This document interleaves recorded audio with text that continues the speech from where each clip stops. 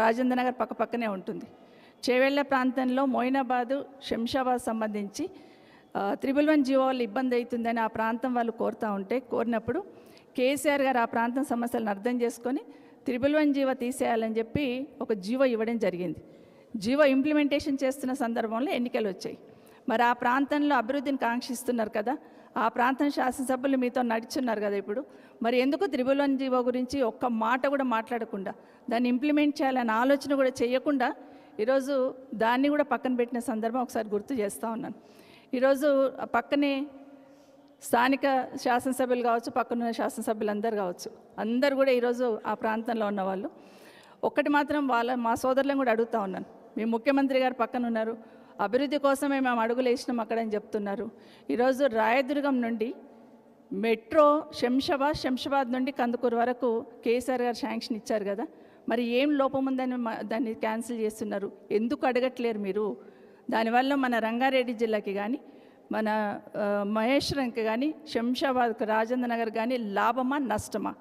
ఎందుకు ఆలోచన చేయట్లేదు?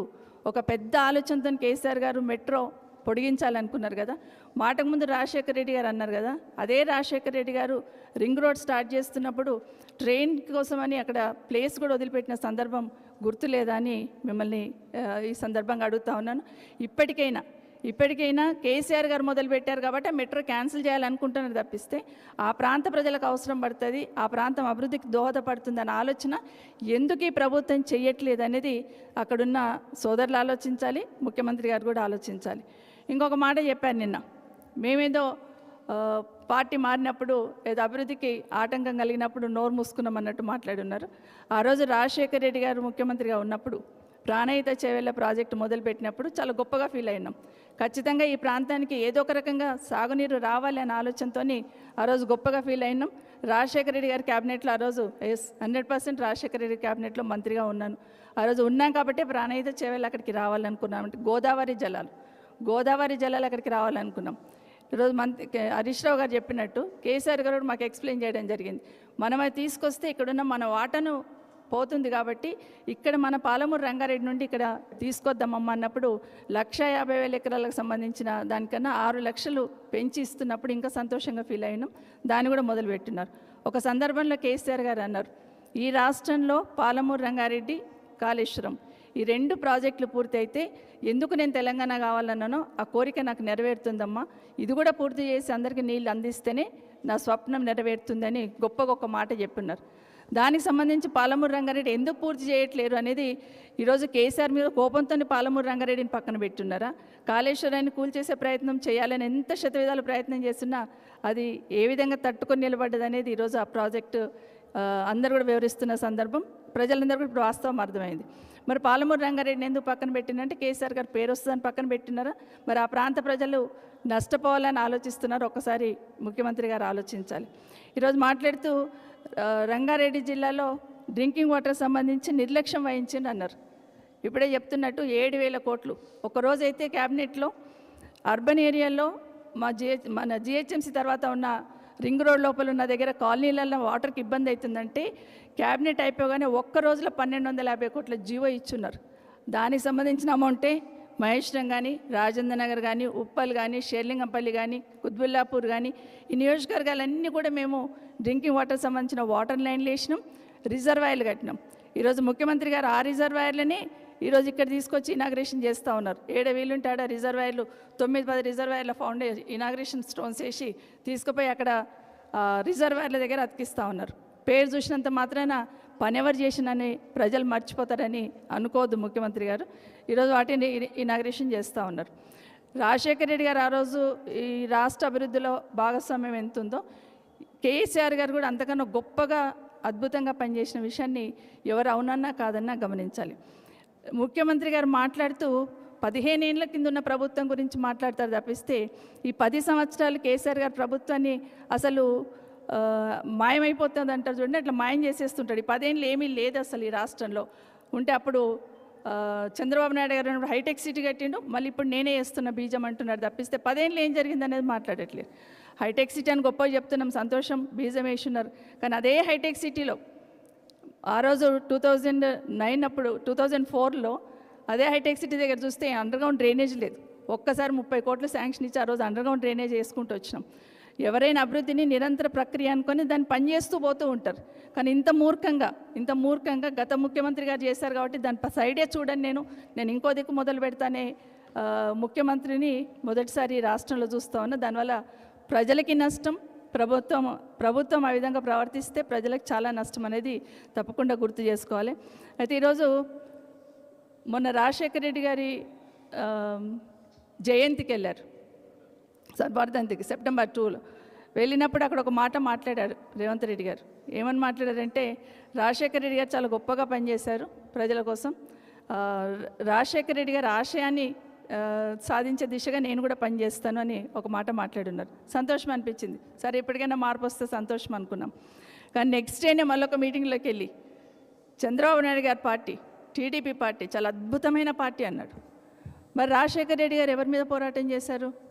బ్రతికినన్ని రోజులు చంద్రబాబు నాయుడు గారి మీద పోరాటం చేస్తున్నారు. ఈరోజు చంద్రబాబు నాయుడు గారు టీడీపీ పార్టీ, చంద్రబాబు నాయుడు గారు అనుకుంటే టీడీపీ పార్టీ ఎవరితో పొత్తు పెట్టుకొని పనిచేస్తుంది? బీజేపీతో పొత్తు పెట్టుకొని పనిచేస్తుంది. అదే బీజేపీ మీద, అదే టీడీపీ మీద బ్రతికున్న రోజులు రాజశేఖర రెడ్డి గారు పోరాటం చేస్తున్నారు. నిజంగా రెండు రకాల మాటలు ఎట్లా మాట్లాడాలనిపిస్తుంది అనేది ఇప్పటికీ ఆశ్చర్యం వేస్తూ ఉంటుంది. నిజంగానే రాహుల్ గాంధీ గారు ఒకసారి ఆలోచించాలి. ఈరోజు ఇక్కడున్న కాంగ్రెస్ పార్టీ, ఆ రోజు మేము చాలా గొప్పగా చెప్తాం, రాజశేఖర రెడ్డి గారి నాయకత్వంలో ఆ రోజున్న కాంగ్రెస్ పార్టీలో పనిచేసినాం. కానీ ఆ కాంగ్రెస్ పార్టీకి ఈ కాంగ్రెస్ పార్టీకి చాలా తేడా ఉంది. అది సోనియా గాంధీ గారి నాయకత్వంలో పనిచేస్తే ఈ కాంగ్రెస్ పార్టీ ఎవరి నాయకత్వంలో పనిచేస్తుంది అనేది కాంగ్రెస్ పార్టీ నాయకులు, కార్యకర్తలు ఆలోచించాలి. రాహుల్ గాంధీ గారు కూడా ఆలోచించాలి. ఈరోజు ఏం జరుగుతుంది, ఎవరి కోసం పనిచేస్తున్నారు ఇక్కడున్న ప్రభుత్వంలో ఉన్న వాళ్ళు అనేది తప్పకుండా ఆలోచించాలి. ఈరోజు మూసీ గురించి మాట్లాడుతున్నారు. మూసీని ఆ రోజే కేటీఆర్ గారు ఆ రోజే చాలా గొప్పగా మూసీని ఏ విధంగా డెవలప్ చేయాలని ప్రయత్నం చేస్తున్న సందర్భంలో మూసీ పక్కన ఉన్న ఇండ్లకి చిన్న ఇబ్బంది కూడా కలగకుండా చేయండి అనేది కేసీఆర్ గారు ఇచ్చిన ఆదేశం ఆ రోజు. కానీ ఈరోజు ఏం జరుగుతుంది, మూసీ పక్కన ఎవరుంటే వాళ్ళని ముందు తీసి పడేయాలని చూస్తున్నారు తప్పిస్తే చిన్న ఇల్లు, చిన్న గుడిసెలు వేసుకొని ఉన్న వాళ్ళనేమో మూసీ పక్కన తొలగిచ్చేస్తున్నారు. కానీ అదే మూసీ పక్కన పెద్ద పెద్ద అపార్ట్మెంట్లు, పెద్ద పెద్ద షాపింగ్ కాంప్లెక్స్లో కడుతుంటే వాళ్ళకు మాత్రం పర్మిషన్ ఇస్తున్నారు. పేదవాడేమో మూసి పక్కన ఉండకూడదు, కానీ అదే మూసి పక్కన పెద్ద పెద్ద అంతస్తులు, బహుళ అంతస్తులు కట్టే వాళ్ళకేమో పర్మిషన్ ఇవ్వాలి. అదే నార్సింగ్ దగ్గర మనం పోతూ ఉంటే అదే మూసిని నింపుతూ ఉన్నారు, అదే మూసి పక్కన పెద్ద పెద్ద అంతస్తులతోని కడతా ఉన్నారు. ఇది ఎక్కడి ద్వంద్వ నీతి అండి ముఖ్యమంత్రి గారు? పేదవాడికి ఒక న్యాయం, గొప్పవాడికి ఒక న్యాయమా? మూసి ప్రక్షాళన చేస్తున్నప్పుడు ఏ విధంగా మీరు తీసి పడేస్తే వాళ్ళందరూ ఏ విధంగా తెలంగాణ భవన్కి వచ్చి ఈరోజు మీరైతేనే కాపాడగలుగుతారని చెప్పినారో ఒకసారి ఆలోచించమని కోరుతూ, ఈరోజు ఏదైనా కూడా ఏ మీటింగ్ అయినా రాజకీయ కోణంలోనే చూస్తారు. ఏ మీటింగ్ అయినా కూడా ఈరోజు కేసీఆర్ గారు ఈ రాష్ట్రంలో దాదాపు 10 సంవత్సరాల నుండి ఏ విధంగా కష్టపడ్డారు, ఏ విధంగా ఈ ప్రభుత్వాన్ని నడిపించారు, ఏ విధంగా రాష్ట్ర అభివృద్ధిలో కీలకం ఉన్నారు, దేశంలో ఏ విధంగా మొదటి స్థానంలో నిలిచారు. ఈరోజు రంగారెడ్డి జిల్లా దేశంలోనే జీడిపి మొదటి స్థానంలో నిలబడ్డదంటే దాని వెనకాల కేసీఆర్ గారి కృషి కాదా? ఈరోజు ఇదే రంగారెడ్డి జిల్లాలో ఎన్ని ఐటీ కంపెనీలు వచ్చినాయి, ఇదే రంగారెడ్డి జిల్లాలో పెద్ద పెద్ద కంపెనీలు వచ్చిన తర్వాత ఏ విధంగా అభివృద్ధి చెందింది, ఈరోజు మీరు వచ్చిన తర్వాత మీ పుణ్యమని ఏ విధంగా మొత్తం రంగారెడ్డి జిల్లాలో అభివృద్ధి అంతా కుంటుపడింది అనేది ఒకసారి ఆత్మవిమర్శన చేసుకోవాలి. ఏం జరుగుతుంది రాష్ట్రంలో? ఈరోజు యూరియా కోసం దేవుడాన్ని ఏడుస్తూ ఉన్నారు ప్రజలందరూ. దాని గురించి ధ్యాస ఉండదు. ఎంతసేపు కేసీఆర్ని విమర్శించడమే తప్పిస్తే ఏ మూలకు పోయినా కూడా, ఎక్కడ పోయినా కూడా గంటలు నిలబడి యూరియా కోసం ఏడుస్తున్నారు. ఈరోజు ఆడబిడ్డల్ని కూడా యూరియా లైన్లలో నిలబెట్టేసి పాలిస్తున్న తల్లి కూడా అక్కడికి వచ్చి బిడ్డకు పాలించుకుంటూ యూరియా లైన్లో నిలబడ్డదంటే తల వంచుకోవాలి, ఏం జరుగుతుందని బేరీజ్ వేసుకోవాలి తప్పిస్తే అక్కడ కూడా రాజకీయాలే మాట్లాడుతున్నారు. నిజంగా ఈరోజు ఆడబిడ్డలు కూడా 40 సంవత్సరాలు నిండిన వాళ్ళు కూడా గేట్లెక్కి దుంకుతున్నారు యూరియా కోసం అంటే అది మీ వల్లే సాధ్యమైంది. ఈవెన్ సినిమాలలో కూడా చూపించారేమో ఆడబిడ్డల్ని గేట్లకి దుంకేది, అది రేవంత్ రెడ్డి వల్లనే సాధ్యమైంది. నిజంగా వాళ్ళ ఆరాటం, వాళ్ళ బాధ చూస్తూ ఉంటే అసలు కాంపౌండ్ వాళ్ళు ఇరిగిపోతుందో లేదో చూస్తలేరు. బిడ్డలు ఏడుస్తూ ఉంటే అక్కడే కూర్చొని పాలిస్తున్నారు. ఆడబిడ్డలు అక్కడే జుట్టు పట్టుకొని కొట్టుకునే స్థాయికి ఎందుకు వచ్చింది? ఏం కర్మ? ఈరోజు చెప్పుతోని కొట్టుకుంటున్నారు ఆడబిడ్డలు. ఏం కర్మ? ఒక్క యూరియా బస్తా కోసమా? ఇది మీ వైఫల్యం కాదా? దీని గురించి మాట్లాడడానికి చేత కాదు. కానీ కేసీఆర్ మీద నింద వేసి కేసీఆర్ని ఏ విధంగా ఇబ్బంది పెట్టాలనే ప్రయత్నమే చేస్తున్నావు తప్పిస్తే రాష్ట్రంలో ప్రజలు ఎట్టుపోతుందని చూడట్లేదు ఈ ప్రభుత్వం. ఇప్పటికైనా తెలంగాణ రాష్ట్ర ప్రజలు అన్నీ కూడా గమనిస్తూ ఉన్నారు. ఇప్పటికైనా మార్చుకొని ఏదైనా కార్యక్రమం చేస్తున్నప్పుడు ప్రజల అభివృద్ధిని ధ్యేయంగా, రాష్ట్రం అభివృద్ధి ధ్యేయంగా పనిచేయాలి తప్పిస్తే అబద్ధాలతోనే అధికారంలోకి వచ్చిండ్రు, అబద్ధాలతోనే ప్రభుత్వాన్ని నడిపిస్తూ ఉండాలంటే ప్రజలు తప్పకుండా గమనిస్తున్నారండి ముఖ్యమంత్రి. Thank you.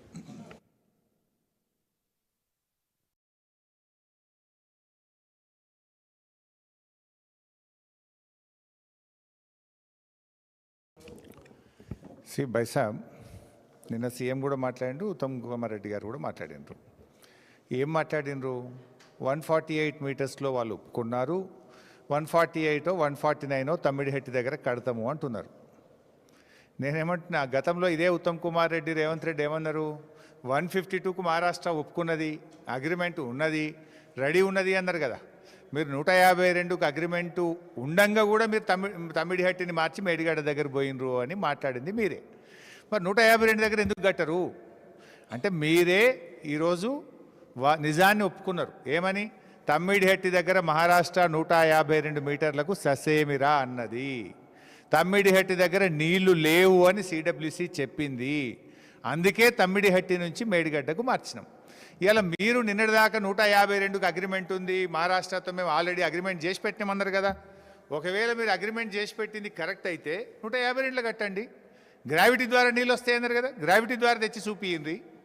మొదలు గ్రావిటీ అన్నారు, ముఖ్యమంత్రి మొన్న 19 మీటర్లు అన్నాడు. అన్ని అబద్ధాలు, నిజం నిలకడ మీద తెలుస్తుంది అన్నట్టు ఒక్కొక్కటి ఇలా రాష్ట్ర ప్రజలకు స్పష్టంగా అర్థమవుతున్నాయి. అంటే ముఖ్యమంత్రి నిన్న 148 దగ్గర కడతాము అన్నాడంటే గతంలో 152కు అగ్రిమెంట్ ఉన్నది అని వాళ్ళు మాట్లాడిన మాటలు అబద్ధాలు. 152కు అగ్రిమెంట్ లేదు, మహారాష్ట్ర ఒప్పుకోలేదు. 148 కడతాం. 148 కడితే ఎన్ని నీళ్ళు వస్తాయి? 148 మీటర్లో కడితే మనం తీసుకోగలిగేది 50 టీఎంసీలు దాటదు. మన అవసరం ఎంత? ఒక మల్లన్న సాగరే 50. 148 మీటర్స్లో తమిళహెట్టి దగ్గర కడితే drawable water will not exceed more than 50 TMC. Thank you.